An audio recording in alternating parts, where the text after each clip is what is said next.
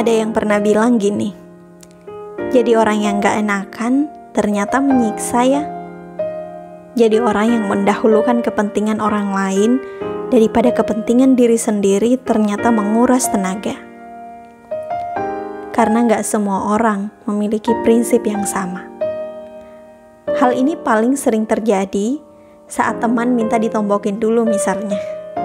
Sebenarnya sih kita rela-rela aja meminjamkan uang kita. Namanya juga teman yang harus saling bantu. Cuma masalahnya kita agak deg-degan juga. Karena kita tahu kembalinya uang itu ke kita akan 100% bergantung pada ingatan dan kesadaran dari teman kita. Kita sendiri gak punya hati buat menagih utang ke dia. Bahkan gak jarang kita akan pura-pura lupa kalau uang kita masih ada di dia. Saat ada yang minta bantuan juga misalnya. Meski hati kita ingin mengatakan tidak, tetap saja kita seringkali sulit menolak. Rasanya seperti tak tega jika hanya mementingkan kepentingan kita sendiri. Rasa bersalah akan selalu hinggap saat kita mau menolak atau mengatakan tidak.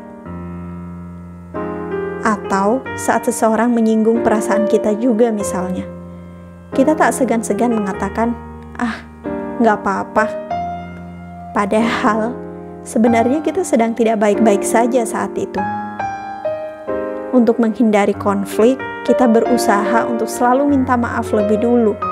Meski jelas-jelas kita tahu kalau itu bukan salah kita. Dan lagi-lagi, demi menjaga hubungan pertemanan kita akan seringkali membohongi diri kita sendiri. Menjadi orang yang gak enakan sungguh sangat merepotkan.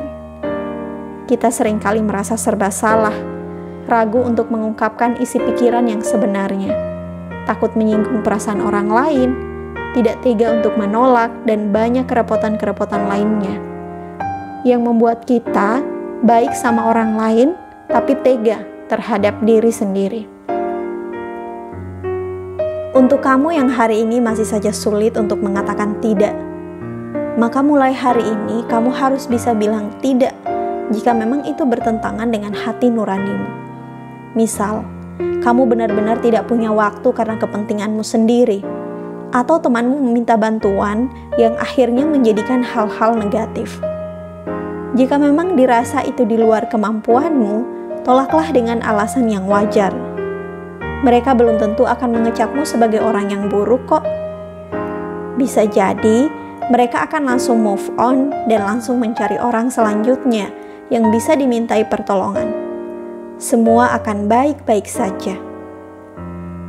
Menolak permintaan orang lain bukan berarti kamu jahat. Apalagi jika kamu punya alasan yang kuat.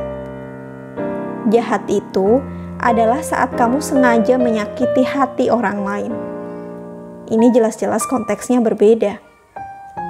Jika mau menolak permintaan teman, rasanya kamu tak tega atau bahkan kamu sedih, ingat bahwa itu hal manusiawi. Susah, senang, sedih, bahagia, itu pasti menghiasi hidupmu.